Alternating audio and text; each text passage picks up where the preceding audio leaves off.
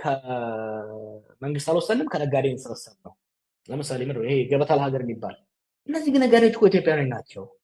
እነዚህ ነጋዴዎች እኮ ከነዚህ ነጋዴዎች እኮ የምትቀበለው ገንዘብ የሀገር ገንዘብ እኮ ነው። ከነሱ መቀበል ካልቀረ ምርታማ ለምን ከነዚህ ነጋዴዎች ተቀብሎ ያዩን ያላስጨረሰው?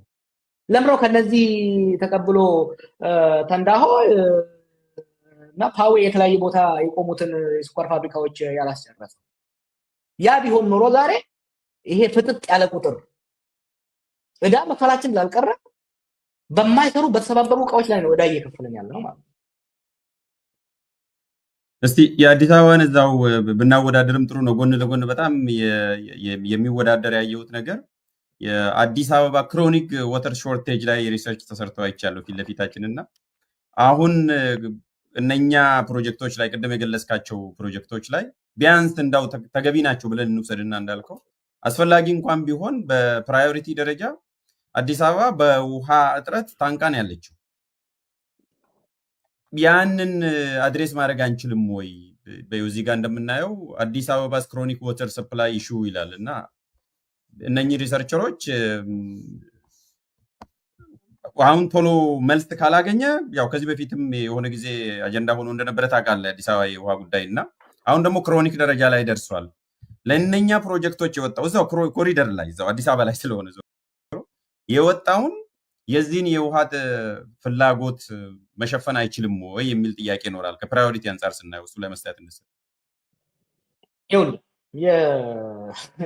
የሚገርመው እኮ እሱ ነው። አሁን ወይዘሮ አዳነች ከትናንት ወዲያ የሰውን ችግር ማሟሟቅ ችግር አይፈታም ቢሮ ለማሳደስ $2 ቢሊዮን $2 ቢሊዮን ብር አውጥተው 2 ቢሊዮን ብር ይሄ ፕሮጀክቶች አይደው ነው ስንት የሚጠይቅ አትሊስት ሙሉ በሙሉ የአዲስ አበባን የውሃ እጥረት መፍታት ባይችል ሰሞይ ይሄን ነበር ይሄ ገንዘብ።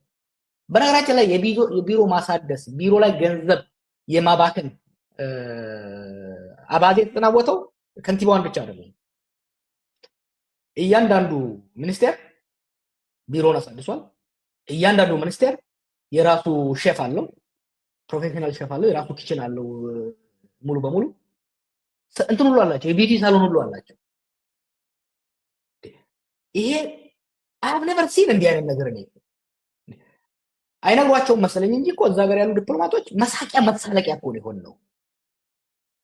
እና አንድ ከተማ ማሳደግ ምንድነው? አሁን ባለፈው ያልኩትን ልድገመው የኛ ዜጎች እንዲረዱት ዋት አርባን ዲቨሎፕመንት አንደኛ ዋና የሆኑ መሰረታዊ መሰረተ ልማቶችን ማጎልበት፣ ማሳደግ፣ ማስፋፋት ነው። ውሃ፣ መንገድ፣ መብራት የመሳሰሉትን። ምክንያቱም የንግድ ስራን ያሳልጣሉ፣ የከተማውን የመንቀሳቀስ ፍጥነትና ጊዜ ይቆጥቡለታል፣ ምርታማነቱን ይጨምሩታል፣ ፕሮዳክቲቪቲውን ይጨምሩለታል። ሌላው የአስተዳደራዊ ስራን ማሳለጥና ማፋጠን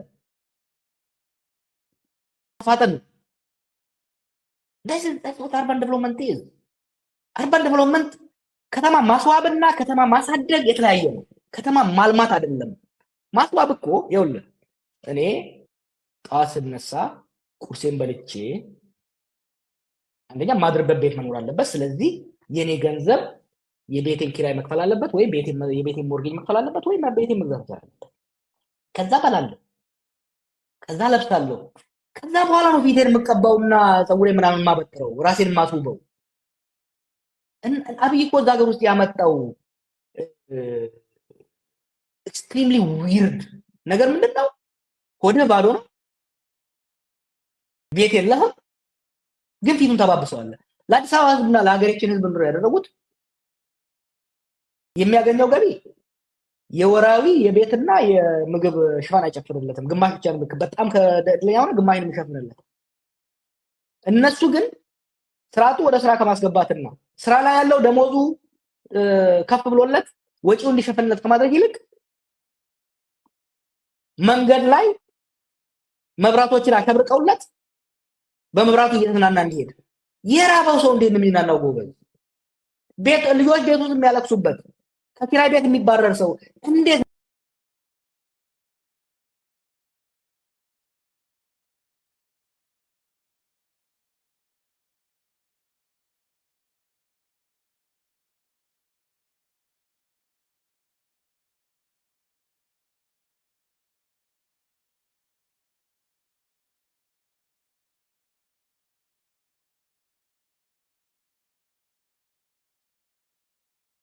ሆነ ነው።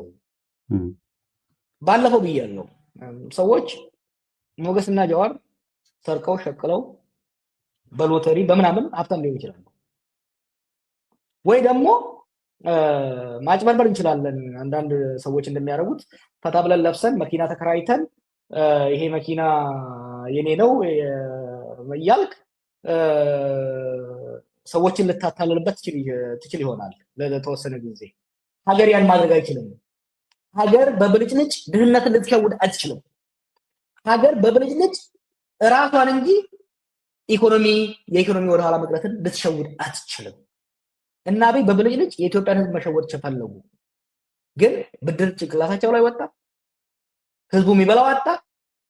አሁን ገንፍሎ ሊውጣቸው ሲመጣ እየተርበተበቱ ነው ማለት ነው። በጣም ጥሩ። እሱ ነጥብ ላይ መጨረሻ ላይ እንመጣበታለን። የአዲስ አበባ ላይ ዳታ አግኝቻለሁ። አሁን እዛው ላይ ማክሲመም $3 ቢሊዮን ነው የሚፈጀው ጀዋር ወደ ኢትዮጵያ ከረንሲ ብንቀይር 420 ቢሊዮን ብር ነው የሚፈጀው። ቅድም እንግዲህ ያልነው 2.5 ትሪሊየን ብር ነው። እነኚህ ፕሮጀክቶች ባላንስ ብናደርግ እንዳውም እኔ አንተ ያልከውን ትቼ ሁለቱም ባላንስ ብናደርግ ውበትንና አስፈላጊ ጉዳዮችን ነሰሲቲን ባላንስ ብናደርግ እንኳን 1/3ኛውን ነው የሚፈጀው የፕሮጀክት 1/3ኛ 1/5ኛ ነው የሚፈጀው ብናካፍል 2.5 400 ቢሊዮን ነው የሚፈጀው 400 ቢሊዮን ብር ነው የሚፈጀው ለአዲስ አበባ የአዲስ አበባን የውሃ ችግር ለመፍታት እና እዚሁ ጥናቱ ላይም ተገልጿል። እዚሁ ጋር በሚገርም ሁኔታ ሰዎች ትላንትና የሆነች ልጅ ይህንኑ ጉዳይ ስትገልጽ አይቻለሁ። አዲስ አበባ ላይ ሰው በሳምንት አንድ ጊዜ ነው እድለኛ ከሆነ እሱንም ውሃ የሚያገኘው። የተተከሉት አበቦች ደግሞ በየቀኑ ነው ውሃ የሚያገኙት። ይሄ የተደረገው ቋቱ ተመሳሳይ ነው። ቅድም እንዳልከው ብሩ የመንግስት ነው። ከየት የሚያምጣው ብር ነው። ከመጣ ከየት የሚምጣ ያንን ብር ቢያንስ ግማሽ ቢያደርጉትና ለፓርኩም፣ ለውበቱም፣ ለሙዚየሙም፣ ለአንድነቱም ሲምቦሊክ ለሆኑ ነገሮችም ቢደረግ ባላንስ ቢደረግ ቢያንስ የውሃ ችግሩን ነሰሲቲ ስለሆነ እሱን መፍታት አይቻልም።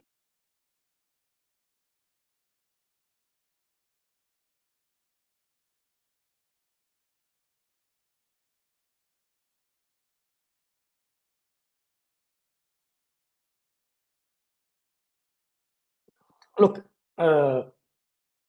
መዲናዋ ላይ ፎከስ አድርጎና እንዳይባል ወደ ወሊሶ ልውሰድ። ወሬ ለማት ብለው ሰው ከረሙ። ቀላል ገንዘብ አልወጣበትም። ቀላል የህዝብ ንብረት አልወደመም። መብራት ከተቋረጠባቸው 2 ሳምንት ነው። 2 ሳምንት ወደ ወርድ ነው። ለማስፈጨት አልቻሉ። እንደምታውቀው አሁን እንግዲህ በተለይ ከተማ ላይ ያለው ከማገዶ ተላቆ በተወሰነ ደረጃ ብዙ እንቅስቃሴው ከኤሌክትሪክ ጋር ተያይዟል። እዚህ ኢንፍራስትራክቸር ማቅረብ አልቻለም እና አንድ በሱ ጋር ያያያን ነገር ይሄ የማባከን ነገር በጣም ስለሚከነከነኝ ነው። ባለፈው ስለ ቤተ መንግስት ሳነሳ አንዳንድ ሲጽፏቸው ያየሁት ነገር አለ። $10 ቢሊዮን ማለት 1.5 ትሪሊዮን ብር ቀላል ገንዘብ አይደለም። ለአንድ ዓመት ብቻ ነው ሐኪሞች ነው ለሐኪሞቹ ለ30 ዓመት ኢትዮጵያ በጣም ትንሽ ሐኪሞች ናቸው ያሉት በቁጥር አይ ቲንክ ለ30 ነው 20 ምናምን ዓመት ለሚሾው ይዘን እንግዲህ ስላለን ስለሚኖር እሱንም እንየው። ቅድም ስላቆየ ነው እዚህ ጋር አለ የተሰራ አለ ለመምህራንና ለጤና ሴክተር እና ለትምህርት ሴክተር ነው የተቀመጠው። ይታያል አይደለ? እዛ ጋር ለምሳሌ እንደምታየው ሞገስ በአጠቃላይ እኛ ሀገር ያሉ የጤና ባለሙያዎች ከሐኪሞቹ እስከ ነርሶቹ በአጠቃላይ በጤና ሴክተር ውስጥ ያለው ሰው 120-125 ሺህ ሰው ቢሆን ነው ተብሎ ነው የሚታየው። ኦኬ ደሞዝ ጨመረህላቸው ማለት ነው። ሐኪሞቹን አሁን ከሚከፈላቸው ጋር 45 ሺህ ያስገብተህላቸው ራሱ ለ41 ዓመት ይከፍላል። ይሄ ገንዘብ ለ41 ዓመት ኦኬ እና በአመት ምክንያቱም 42 ቢሊዮን ብቻ ነው የሚፈጅ 42 ቢሊዮን እኮ ቅድም ያሉ ፕሮጀክቶች ብትገባ 42 ቢሊዮን እኮ ለሪዞርቶች እኮ ለአንድ ሪዞርት እኮ ነው 40 ቢሊዮን እየወጣ ያለ ኢትዮጵያ ውስጥ። የመምህራኑን ደግሞ ወሰደው በአጠቃላይ ከኤሌመንተሪ እስከ ሃይ ስኩል ያሉ መምህራኖች ከኤሌመንተሪ እስከ ዩኒቨርሲቲ ያሉ መምህራኖች በአጠቃላይ ኢትዮጵያ ቢደመሩ 800 ሺህ አይሆኑም። 182 ቢሊዮን let's say 200 ቢሊዮን በአመት ቢፈጅባቸው ለ10 ዓመት ከፍላል ቤተ መንግስት ላይ ያባከነው ገንዘብ እዚህ ብልጭልጭ ፕሮጀክቱ ላይ የምናባክለው ገንዘብ ጀስት ፎር ኮምፓሪዝን። ምክንያቱም አቅልለው ሲያዩት ነው የጎበዝ እየለመንን የምንኖር ሀገር ሿን ገንዘባችንን መምህራኖቻችንን ሐኪሞቻችንን አስርበን አዲስ መንገድ መስራት ቀርቶ የተሰበረ የተበላሸ መንገድ መጠገን አቅተን የተበላሸ ባቡር ቤዚክ ሀዲድና ቤዚክ ፉርጎችን መጠገን አቅቶ ነው። ስኳር ፋብሪካዎች በመለዋወጫ ማጣት ተዘግተው ትልቅ በነገራችን ብዙ ነገር አለ። ለምሳሌ ከህዳሴ ግድብ ጋር ተያይዞ ባለፈው አንድ ኢንፎርሜሽን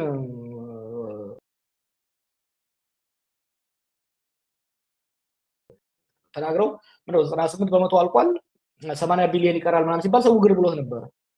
ተጠያየቅ ምን ሰማው መሰለ መረጃ እየመጣ ነው። እሱ የመካኒካል ስራው አብዛኛው ስራው አልቋል፣ ግን ተርባይኖችን ለማስተከል ገንዘብ የለም። ይሄ ገንዘብ የት ሄደ?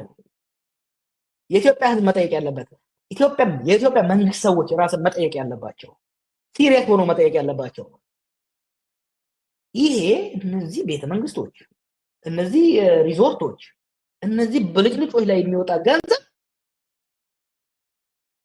ፍትሃዊ ነው ወይ? ለሀገር ይጠቅማሉ ወይ? እነዚህ ፕሮጀክቶች አያዝናኑም ማለት አይደለም። እነዚህ ፕሮጀክቶች ምንም ጥቅም የላቸው ማለት አይደለም። ጥቅማቸው ኮምፓራቲቭሊ ግን ህዝብን የሚያሳድጉ ሀገር የሚያሳድጉ ናቸው ወይ? የውጭ ምንዛሪ የሚጨምሩልን ናቸው ወይ? የብድራችንን በተሻለ ሁኔታ ለመክፈል ወይም ደግሞ ከብድር ለማላቀቅ የሚረዱ ናቸው ወይ? ጎረቤታችን ኬንያ ባለፉት 3 ዓመት ሲግኒፊካንት ፕሮግረስ አድርጋለች በዚህ ረገድ። እኛ ግን ቁልቁል ነው ይሄን ነው ማለት ነው። አሁን ለምሳሌ የሐኪም ቢቢሲ ትላንት ያወጣው ብዙ መረጃ ነው እየወጣ ያለው። አክቹአሊ አንዱ ደስ የሚል አሁን ምንድነው መደባበቅ አልተቻለም። ከኛ ፐር ካፒታ ዝቅ ያለ ለምሳሌ ታንዛኒያ፣ ሩዋንዳ፣ ዩጋንዳ ፐር ካፒታ ወይም ደግሞ የነፍስ ወከፍ ገቢያቸው ከኛ ያነሰው ሀገራት ለመምህራኖቻቸው ለሐኪሞቻቸው በትንሹ 5 እጥፍ እየከፈሉ ነው። ከየት አምጥተው ነው እነሱ እየከፈሉ ያሉት? በብልጭልጭ ፕሮጀክት ላይ አዲስ ቤተ መንግስት እየሰሩ አይደለም፣ ሪዞርት እየሰሩ አይደለም፣ ከተማን ሺሻ ቤት እያስመሰሉ አይደለም። ለህዝብና ለሀገር የሚጠቅም መሰረተ ልማት ላይ የአንድ ሀገር ሀብት አፈሯ ነው፣ መሬቷ ነው፣ መሰረተ ልማቱ ነው፣ ሰው ነው። የአንድ ሀገር ሀብት ኢንቨስት መደረግ ያለበት እዚህ ላይ ነው ማለት ነው።